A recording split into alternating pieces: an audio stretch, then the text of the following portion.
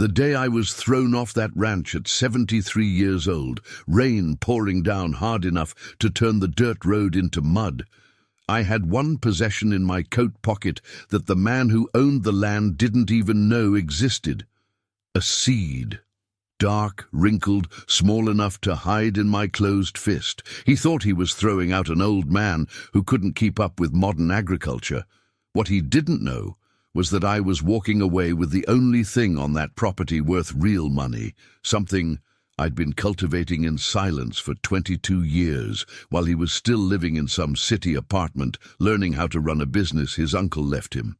That seed came from a plant nobody else had noticed, a mutation that happened naturally in a corner of the property so remote that even the ranch hands didn't bother going there.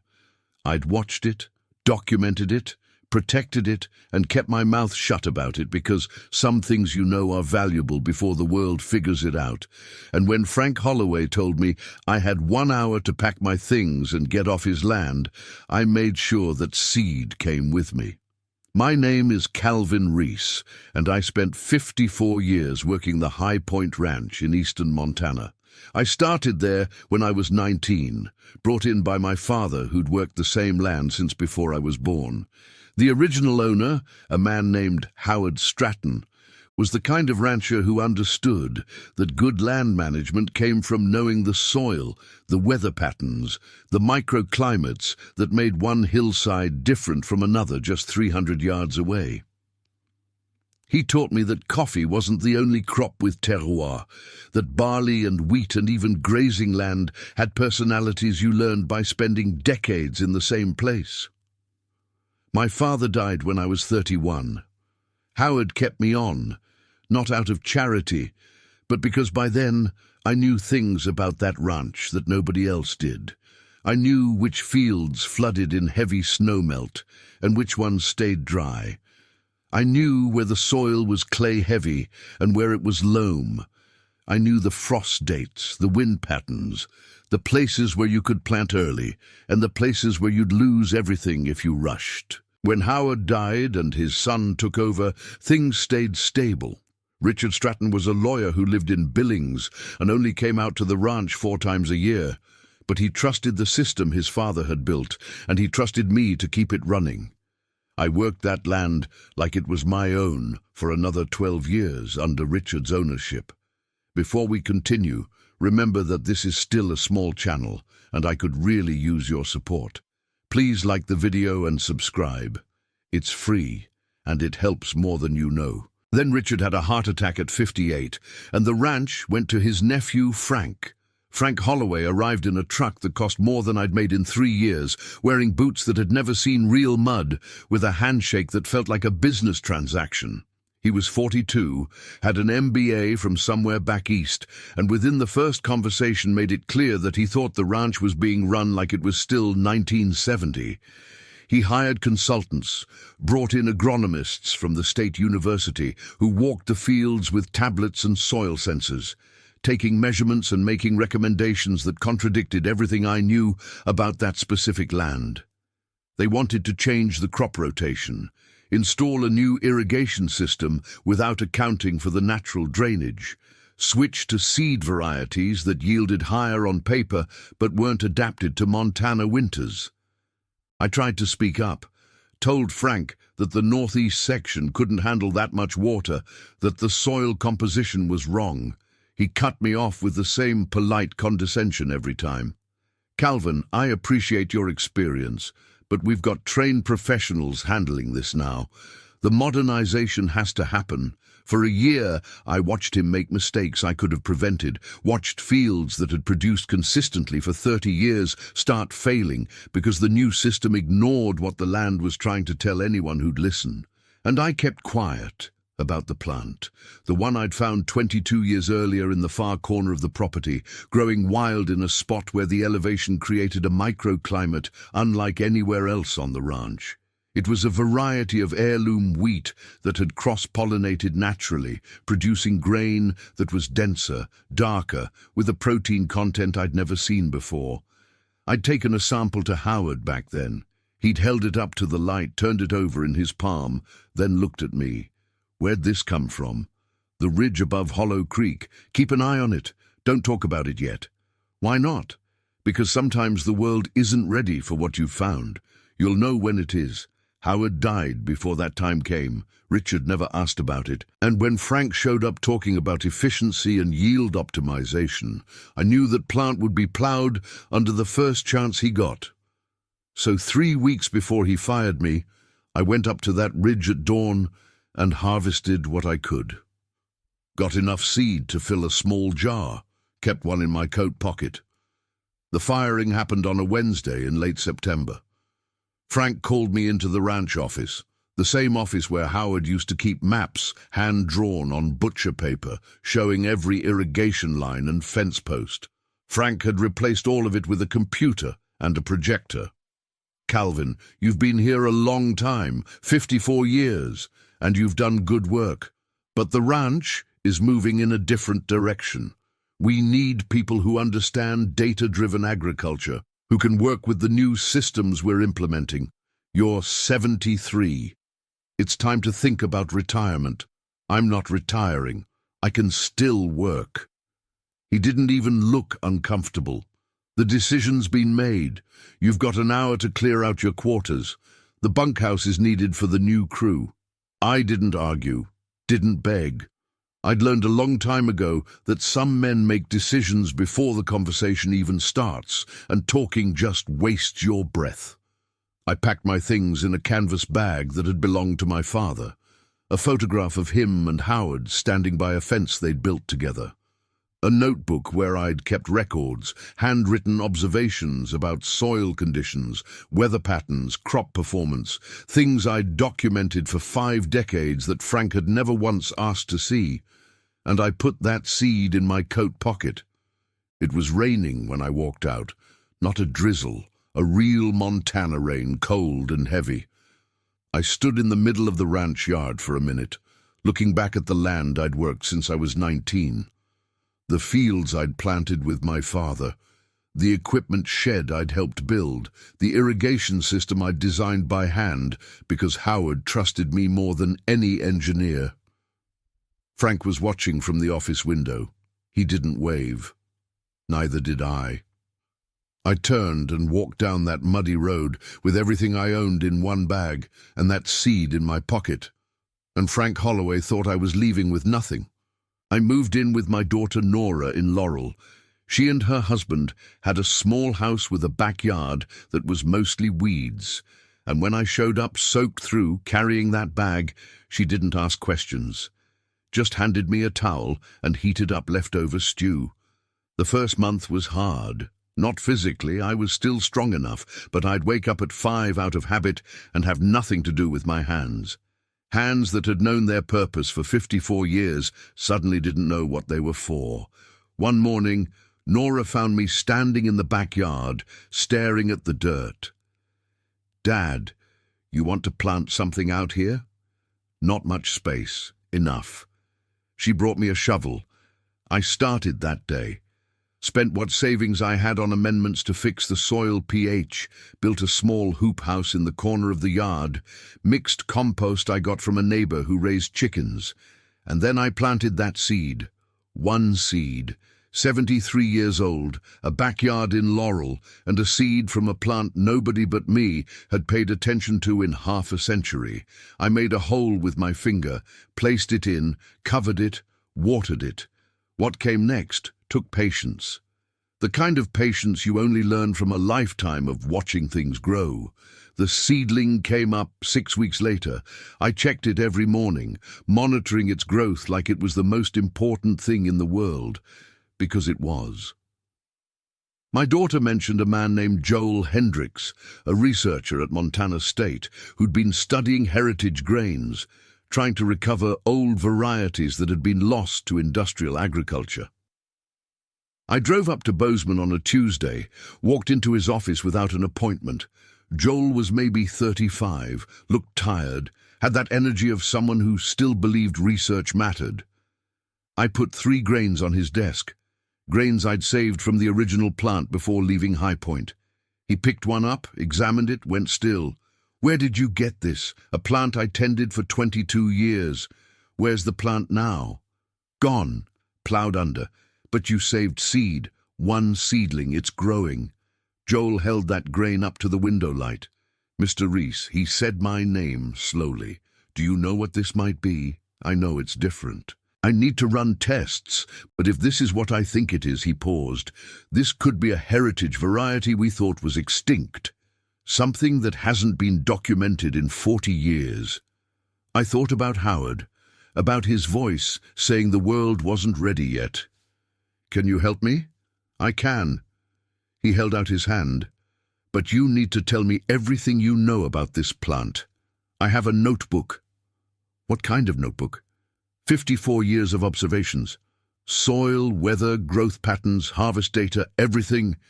He stared at me for a long moment, then smiled. Mr. Reese, tell me you're not busy this afternoon.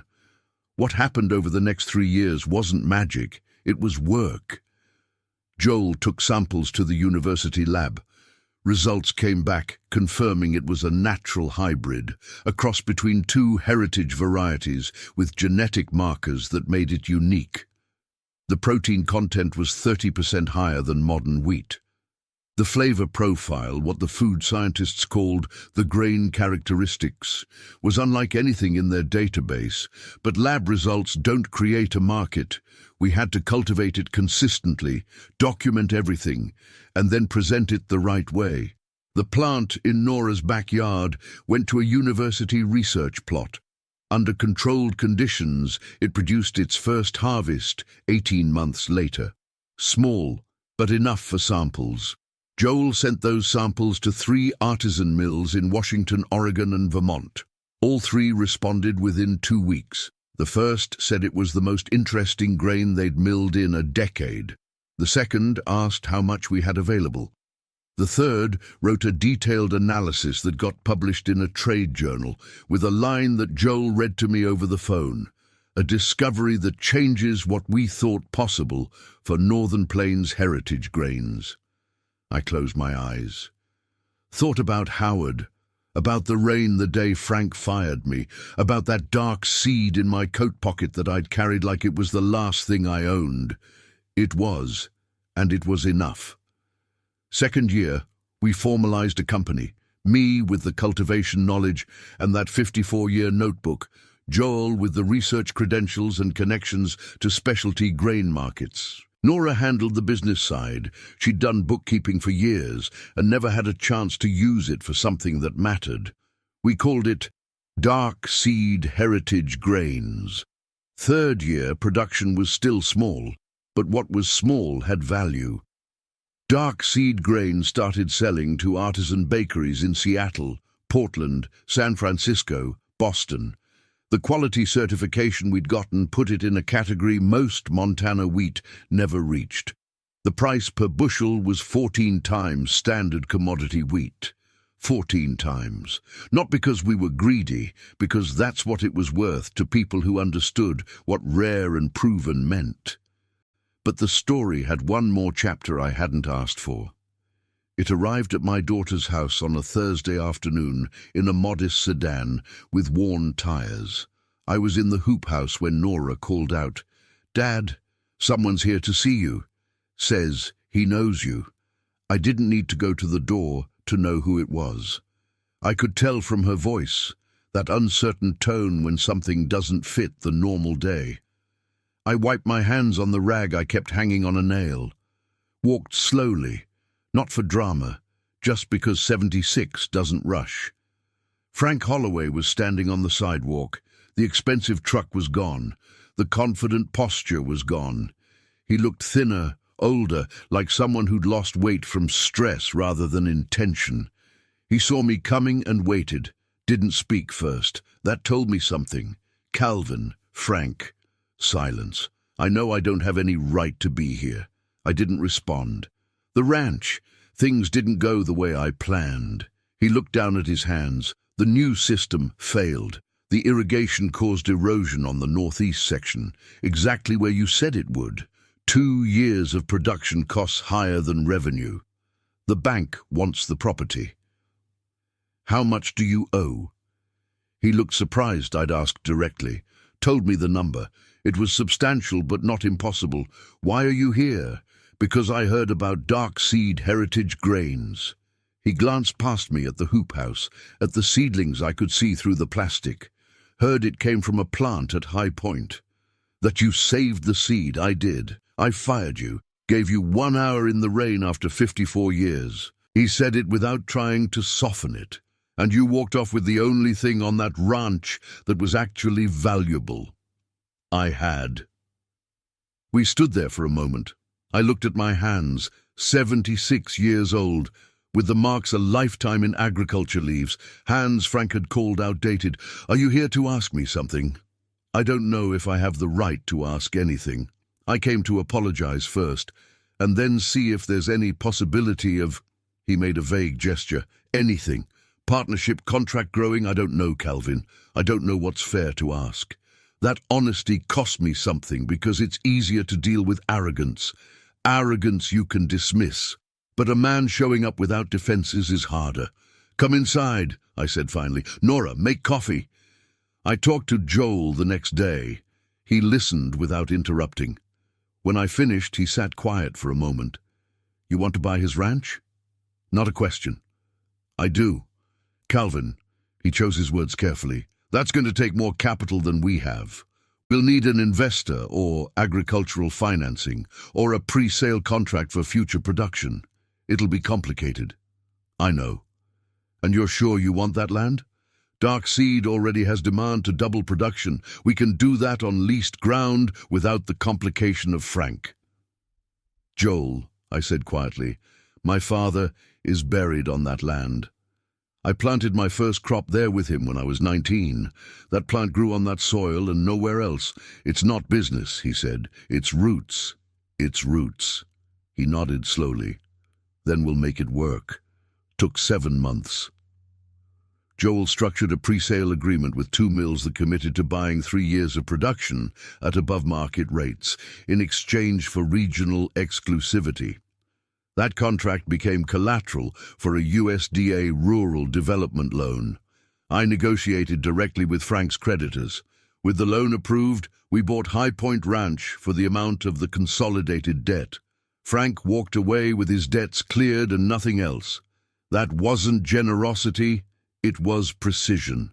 He got exactly what he'd given me, a chance to start over with no debt, nothing more, nothing less. The day we signed the deed, I drove out to the ranch in the dark seed truck we'd bought 2 months earlier. Joel came with me, Nora too. When the title officer read the buyer's name, Calvin Reese, I held the pen for a second before signing.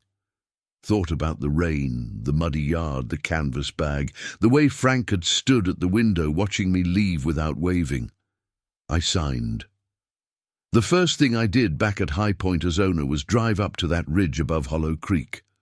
The spot where the original plant had grown. Frank's crew had ploughed it under just like I knew they would, planted it with the modern variety that had failed.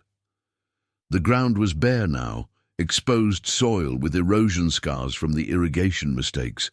I got down on one knee, picked up a handful of dirt, same soil, damaged, depleted but still alive. Soil that Howard had respected, that Richard had maintained, that Frank had exhausted with expensive consultants and short-term thinking. But soil doesn't die completely. Soil gets tired, gets unbalanced, but soil that was once good has memory. Joel, I called. He came over. This is where it was. He looked at the ground, at the condition of the soil, did a quick calculation the way good agronomists do. 2 years of recovery, maybe 3. I know. I looked at the horizon. Eastern Montana at dusk, that light that makes everything feel slower and more honest. And then we plant. I'm 76 years old now. I wake up every day at 5, not because I have to, because that's the only hour when the fields have a silence that belongs completely to me. High Point Ranch, which we renamed Dark Seed Heritage Grains Origin Montana, produces wheat that goes to tables in 9 countries. I know because Joel shows me the export reports every Monday in a meeting at the same desk where Frank fired me. We kept the desk, but I kept the window facing that ridge where the plant grew for 22 years, while nobody but me knew what it was. People ask what I feel when I remember that afternoon. The rain, the canvas bag, the hour Frank gave me to leave. It's not anger, it's not triumph, it's something quieter than both. It's the feeling of someone who spent a lifetime learning that soil doesn't lie, that what you tend with care and patience becomes something real even when the world tries to convince you otherwise. My father taught me that. Howard reminded me. And one dark seed in a coat pocket proved it. There's an old fence line at the edge of the property, the same one I repaired maybe 40 times over the years. I still haven't replaced it. I'll replace it when it can't stand anymore. Until then, it stays, because I like the way it leans, reminds me that things that last have history, and history doesn't have a price, but it has weight. And that weight, no new owner in the world can take from the pocket of someone who knows what they're carrying. Tell me something. Have you ever held something valuable that the world didn't recognize? Or seen someone discarded who was carrying exactly what the person throwing them away needed most? Leave a comment. And if this story touched something real, share it with someone who needs to hear that knowledge kept with patience doesn't disappear, it waits. See you in the next one.